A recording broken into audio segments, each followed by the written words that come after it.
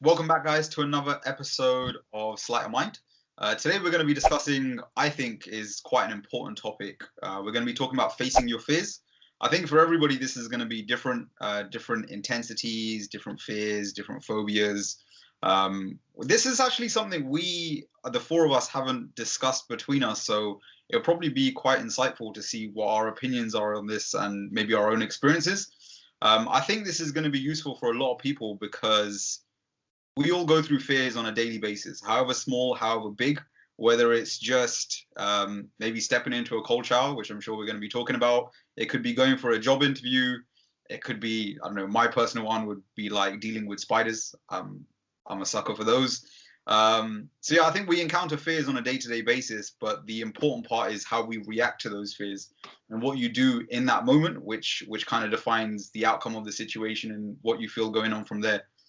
So just to kick the conversation off, does anyone have any recent experiences of a fear that they've dealt with, and maybe just give us a little bit of background on why it happened, why you felt the fear, and what you did in the situation? Yeah, I can kick off with that one. I think most of us on the same wavelength is the cold showers. Um, I've been reading a book by Aubrey Marcus on the day, Mm-hmm. um, and he suggests that waking up early is the first sort of chapter, and the second chapter is about taking cold showers, the health benefits behind that. Yep. Now, I wouldn't say it's a fear of mine. I think it's a fear of everybody's. Man, taking a cold shower is pretty daunting. It's not like you want to choose to do it unless you're really hot for whatever reason. So yeah, basically yesterday, last night, in the evening time, I took a cold shower, but it's not sort of my goal to face my fears. I'm using it in slightly a different way from the masses. Is I'm using it as a punishment. So sort of as a healthy punishment for when I don't do things that I should have done in the daytime. So I have a list of things that I want to complete, and if I don't complete one of those things in the daytime, or I didn't go to the gym, or I didn't work out, or something along those lines, then my punishment is to have a cold shower. So it's a good punishment, but it's also actually a scary one too. So it goes in two folds. It kicks me up the butt to make sure I do what I do that day, and and if I don't, then I have a nice cold shower, which is was scary yesterday. Yeah. I breathed and made noises quite a lot, but it's funny at the same time. I got out of the shower, I didn't even need it. Like I dried myself, and then I didn't even need a towel afterwards. You know, normally after you get out of the shower, you're cold, so you wrap up. I didn't even need to wrap up. I was warm, you know, so it felt good afterwards. How did you feel like? So, Sanj, you're gonna know what I'm on about now. The moment you just got into the shower, or not even before you got in, the moment you're about to get in, how were you feeling? Like, how did you feel?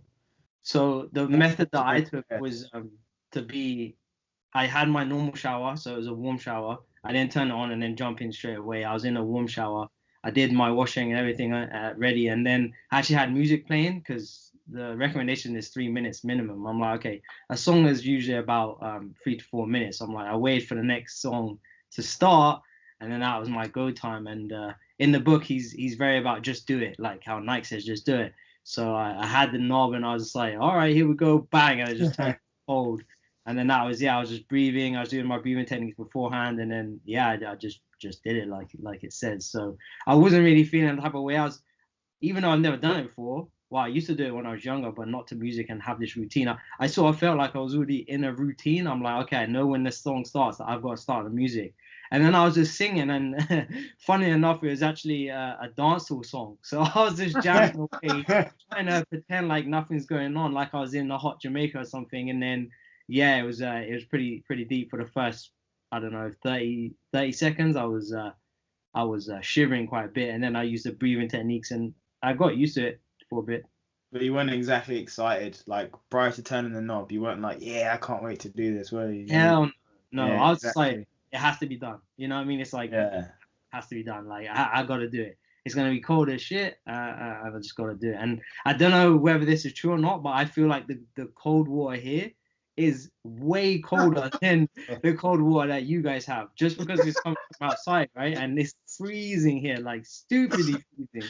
So I don't know whether that's true or not. It just feels that way for me. You guys can test when you come to Canada and you feel the cold water. So yeah. How long after your shower did you start to sort of think, I'm glad I did that, or I feel good now? Straight away, actually. Yeah, After I stepped out, I dried the wetness off. I got my feeling back, and my body was all red, quite white. So my body was all red. My feet were blue, like kind of numbish. The feeling started coming back, and before that, which is very weird, I've had a shoulder injury and an elbow injury from the way I sleep, and it's been playing up.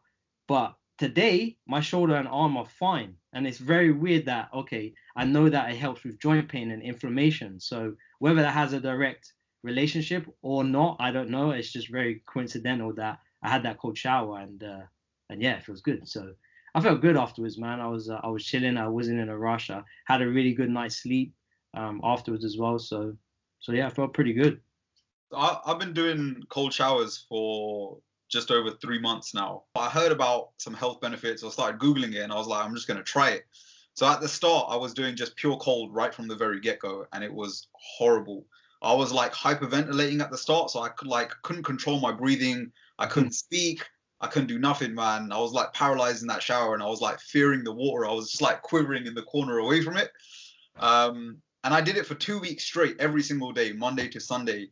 And what I actually found is after the 2 weeks, the initial shock and like the initial, what I like to describe as hyperventilating, it stopped happening. And so what I switched to is, my thought process was, I know cold showers have some benefits, and what I don't want to do is scare myself out of this from doing this long term. So I stopped taking freezing cold, and I do the same method you do now. They call it like the James Bond or the Scottish shower. And you basically start off warm. That's where I wash myself. And then as I go to wash all the soap and stuff off, I switch it to cold. But I now only do it Monday to Friday as well, because what I found was, if you do it every single day, you get numb to it and you kind of get used to it. You have that initial shock, but it disappears quickly. And half of the idea of me doing it, aside from the health benefits, is to be comfortable doing something that you don't want to do every single day. Yeah. And by having warm showers on the weekend, it kind of puts you back in that comfort zone, and then Monday comes and it's like a slap in the face all over again. Yeah. It's never easy, but yeah, it really sets the tone. And Jamie, you mentioned it earlier. You gave us a video link, which I'd funnily only watched a few days ago, on the I can never pronounce his name. Matt D'Avella. That's the one. So he had quite an interesting view on this, and I'll link the video in the description below, because it's a really interesting watch on his outlook on showering. But he mentioned a book, I think it was called The Flinch, and the author of the book talked about this idea of, it's not actually about the shower at all. It's about the effect that the shower has on you and what that does to you throughout the day. And if you're having that shower first thing in the morning and you're conquering that, you're doing something you don't want to do first thing in the morning, it sets the tone for everything else hard that you have to do today. You get in this conquering mindset, don't you? Yeah. Definitely. Fear is crippling. Like, it can manifest itself in so many different ways that you might not even realize that you have a fear of something. Yeah. Like people, very common things, people say they want to do this and they want to be that and they want to be this and that, but yet they haven't done that. They haven't gone after their dreams. Even like not chasing your dreams is basically fear. It set itself somewhere up in your life, and you fear the unknown. You fear the uncomfortable. And I think the important thing for people to realize is, like, on the other side of the fear is happiness. And that's, for me, every time I've experienced a fear, that's been the case 100% of the time. Never done anything I feared. And then after I've done it, I've gone like, never, ever doing that again. I've always been like, holy shit, that was amazing. You obviously haven't seen the spiders in my house, man. I tell you what, I feared spiders for ages. So growing up in the Caribbean, never feared spiders. We used to get these massive tarantulas in the garden. I used to run around the gardens and no problems with them at all. Came to England and I just developed a fear. Smaller spiders, but they go in your house. They didn't do that in the Caribbean, right? So I then had this fear of spiders crawling me and whatnot, and I hate spiders for ages. And I thought, you know, I want to start picking them up because they're not going to kill me, right? So rather than kill spiders, sorry, any like vegans and whatever watching, rather than kill these spiders, you know, I'm just going to pick them up and just put them out, you know, keep them alive. And one was like crawling on my hand, and I was actually like, oh, this is quite cool. Like, I enjoyed it a little bit. And I was like, oh, this is really cool. And the fact that I was doing that, and everyone's like, oh my god, it kind of made me feel cool. Like, yeah, I can hold a spider. Oh, yeah, no big deal. And then I've just been fine ever since with spiders. There is one fear I have though. I have no ambition ever to conquer this fear. Like, I think everyone should have a fear that should stay a fear, and you should leave that. Like, I'll let you have one. Mine's snakes. Sounds like you're punking out. Mine's snakes. I have no ambition to hold a snake. I will punch a snake if it comes near me. I have no ambition to be near snakes ever. That will stay like that. Oh, wow. I once heard a guy say that, like, on the other side of fear is happiness. Yeah. You Not guys with get the snake snake. arm after They're that. devil's animals, man. They're evil animals. I've had fear through like a lot of stages in my life, and it's been through like small things. Well, maybe not small things with like spiders, for example. But when I was younger, I was a lot less confident than I am now. And I went through a big phase, I still kind of do it, where I perform magic. And when I was younger and I was learning my craft, the biggest way I taught myself to be more confident in terms of magic is I started doing street magic. And that required not actually showing a trick to someone, but showing it to someone completely random on the street and getting that initial approach done. And it was that kind of, I had like approach anxiety from just approaching a stranger in the street that I didn't know, starting a conversation. And whether that was a guy, a girl, whatever it was, I had that kind of fear inside of me. And I think people get the same feeling as, you know, I had this a lot when I was younger as well. When you see a girl that you like and you want to say something, or you want to approach, or you want to, whatever it is, and you get that feeling that holds you back. And I lived with that regret for a long time before I learned to conquer that. And yeah, I think, you know, what you said before does have some truth in that there is some sort of happiness or achievement by getting through your initial fear. If you guys have been in a fearful situation, do you guys have any like go-to tips or things that you do in that situation to try and get you through it? I do. I think Sandra was with me when I faced one of my fears has always been like heights and stuff. The weirdest thing is that so actually growing up I was just scared of everything. I was scared of the dark, you name it, I was scared of it. So I still remember today like the first time that like I ever overcame that, and that was when I was 16 years old. I went to on a physics trip to Thorpe Park, and we had to learn about centrifugal force and all this stuff. And it was sitting on Colossus. And so we went around sort of, I think it was September or October time. Weather was beautiful. It was literally just probably about 20 or 30 of us, and the park was empty. And some of my mates were in the same class, and they were like, "Jake, we're gonna have to take you on this ride." Like, I was like, I'll do anything, but I'm just not gonna go on it. Like it's the same thing like you were saying, Jamie. Like, I have no ambition to ever overcome this fear. It's a massive fear, but I don't care. So they physically grabbed me, held me, and chucked me onto the ride. And to make it even worse, it's my first roller coaster ever in my life. I'm 16 years old. So like that fear is cemented, and we sit right at the front, and it's just that the first thing that happens is that it goes up, right? It's just that long chug. And anyway, went on the ride, and it was fine. I loved it, and that whole day sat on everything, and that feeling of accomplishment was incredible. But like you fast forward that, and I literally went on a trip in November with Sanji. And I still remember this very clearly. So there's one ride, what's it called, the Leap of Faith? Yeah, I think so. You go to the top, it's basically just a vertical drop down, right? And I'm like, yeah, I can do it. I've done these things before. And like you're standing there for a long time, and the thing is, your mind talks you out of it. Yeah. And we're queuing up, and I'm just like, oh God, like I don't think I can do this. I get quieter and quieter. You just hear people screaming. I'm like, okay, do you know what? I know the exit route. I'll go to the top and just I can't do it. I'll chicken out. So get to the top is so our mate goes ahead. Like you don't hear her scream because it's so high that it just fades across, and then it's my turn to go next. I turn around. And I'm like, I'm not gonna do this. And Sandra's just like, no, there's no backing out. Like literally, you have to do it. And Zand, you can probably explain this. I was frozen. I could not move. I was so scared. I couldn't talk and I couldn't move. It was just like, what do you mean no? Like, I don't get it. I don't understand. That was my exit strategy. And it was just forced, literally. Like, it happened so quick. And then afterwards, I went down and Saj met me on the other end. I was buzzing the whole day. The adrenaline kicked in, just super, super buzzing. But I think what it boils down to is the thought is the longer time you have to process your fear, the more you talk yourself out of it. And probably another thing where I experienced where if you don't think about it, it's very easy to do. And probably with your cold showers, like if you just, like how you explained, Jamie, you just flipped it, you didn't really think about it.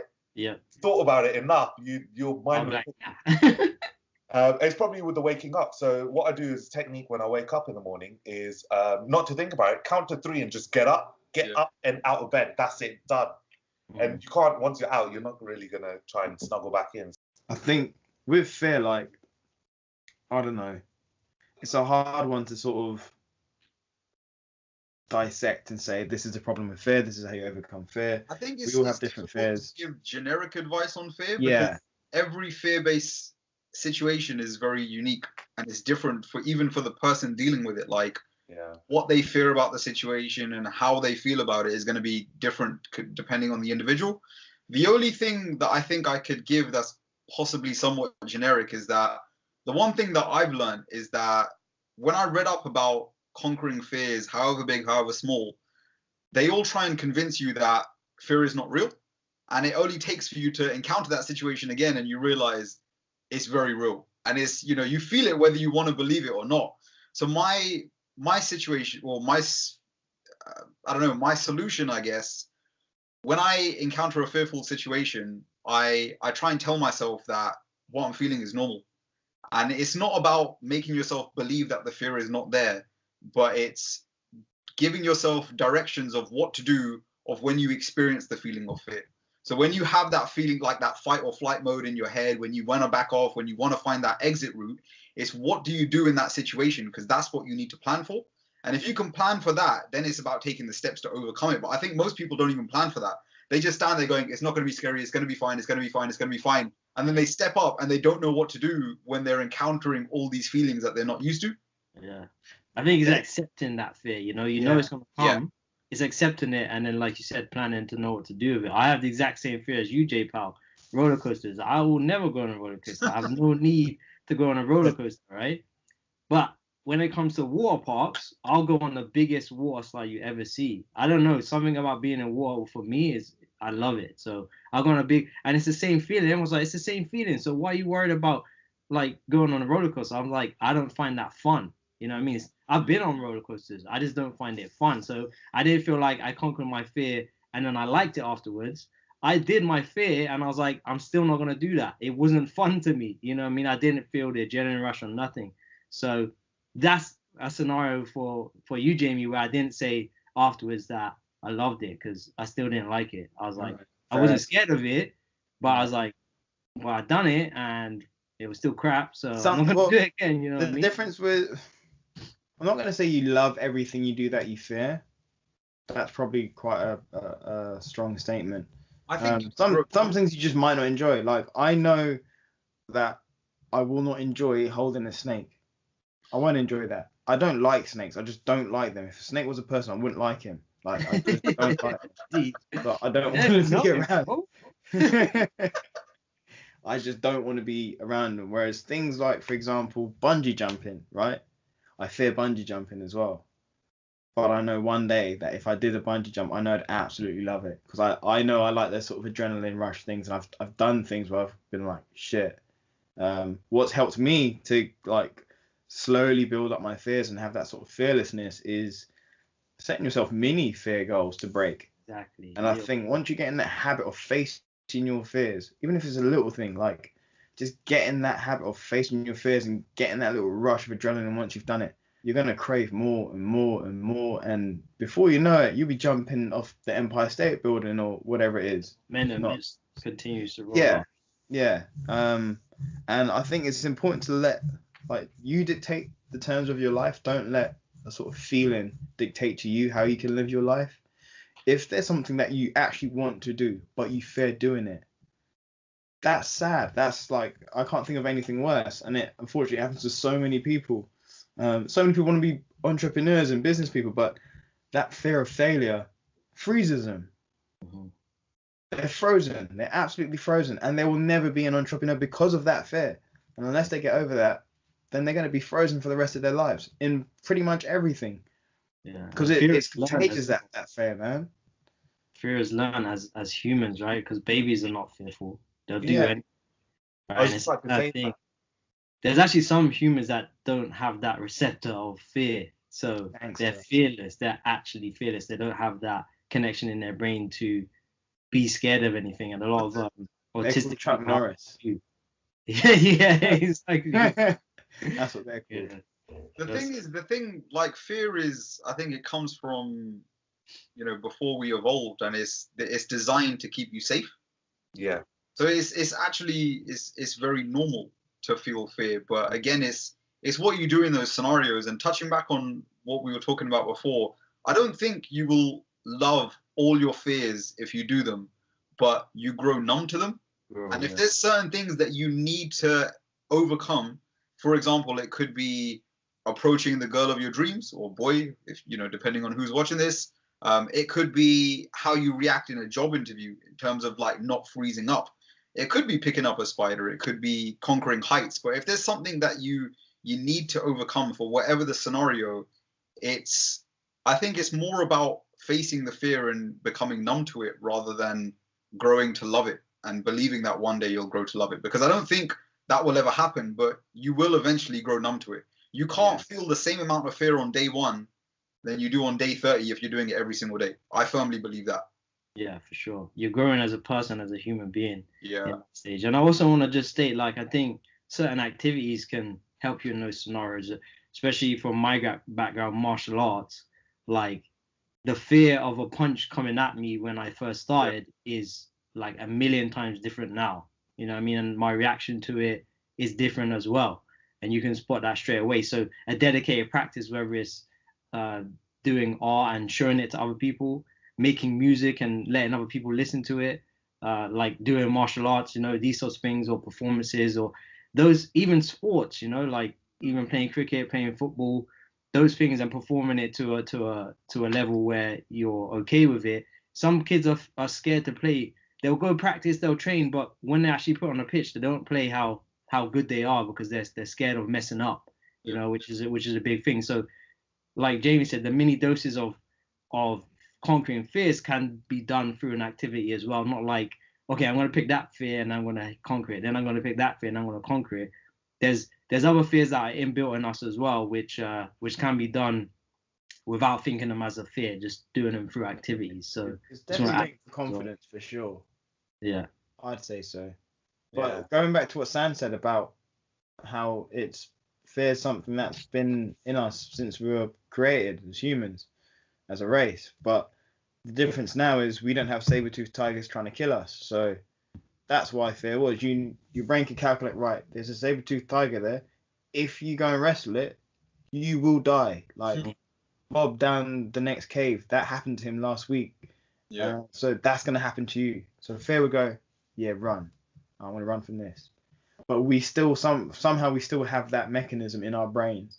It's like, right, if you start this business, you're gonna lose all your money. And you're gonna be broke. And people fear being broke. And then they go, oh shit.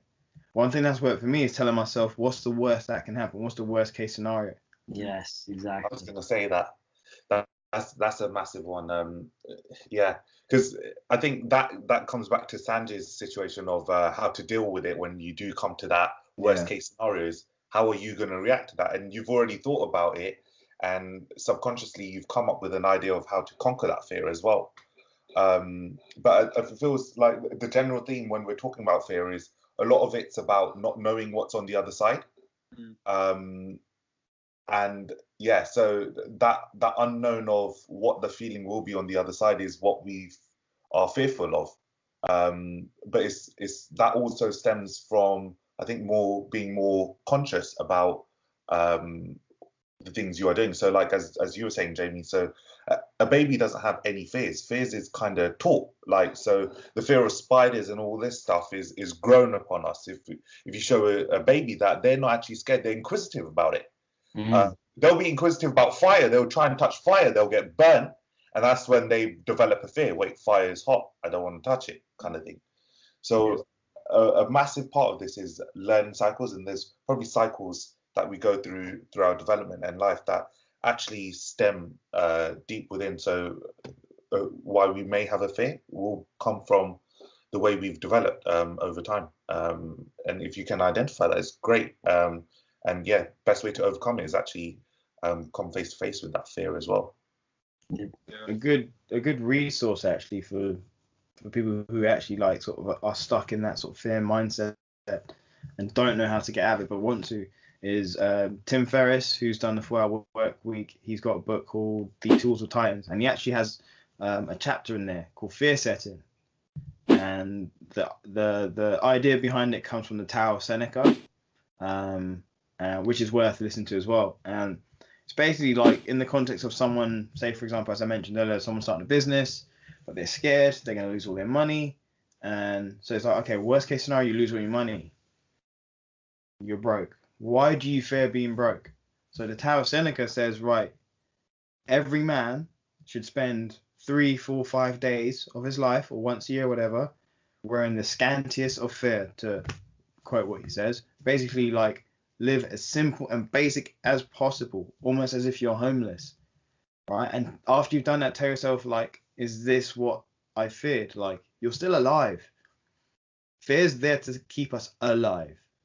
Yeah? Not to keep us rich, not to keep us in the nicest clothes, not to keep us driving a nice car. Fear is only there to keep us alive. That's it. That's why we have fear. So think of those scenarios. What's the worst that can happen? The worst case scenario is also the least likely case scenario, and that's the case 99% of the time. But yeah, check that chapter out, Fear Setting. Also in the 4-Hour Work Week as well, he talks about that sort of the whole idea was before people sort of quit their jobs and go and live this sort of dream life that they've sort of planned out, they fear that they get stuck, they get frozen, and they don't quit their jobs and they work a job that they hate, and it makes their life miserable. And basically he talks about this worst case versus best case scenario, and he planned it out for himself. Right, I'm going to go traveling for X amount of time, and he had a business. And you guys have read it, so you know what I'm talking about. He had this brain quicken business, and he just wanted to put it on the side and go and let it run itself. And the worst case scenario was for him that it went bust, and he ran out of money while he was traveling. And he thought about it and thought, well, how can I get out of that hole? He's like, well, I can just be a waiter. Like, worst case scenario, I have no money. Wherever I am, I'll just find a restaurant anywhere and just be a waiter and wait tables for a bit of cash. Problem solved. Life's not going to be the same as it was before, but you faced a massive fear that you've had, and you've realized, hey, I'm still around for this. I'm still alive. I think once you're aware of that, I'm still here. I'm still fine. I can still go. I think fear becomes a smaller and smaller obstacle in your life as you go on. Yeah, no, if anyone has any other strategies of how they've conquered their fears, like, we'd love to hear stories of how you guys have had sort of massive fears and what you've done to overcome them. Or if there's a fear standing in your way right now and you just have no idea what to do, get in touch, comment, leave a comment, and one of us will try and figure that out with you. It's a good way to wrap up, man. I think the important message from all of us is just to try and conquer your fears, especially if there's something that's holding you back. One thing that always stuck with me, which I heard from Gary Vee, which was, he talks about sort of pain and fear, and how whilst you might be scared or weary of those things now, what's greater than that is regret. And if you don't do something today that's holding you back from something big, having that conversation, making that decision, going after something, the regret that you'll feel later down the line will massively outweigh the pain and fear that you have today. So use some of the techniques that we've tried, 3-second rule, planning for fear, things like this, and yeah, see if you can conquer your fears. But other than that, hope you enjoyed today's session. Please be sure to like the video if you enjoyed it. share it with a few of your friends, and subscribe to the channel for some more videos like this. And we'll see you next time.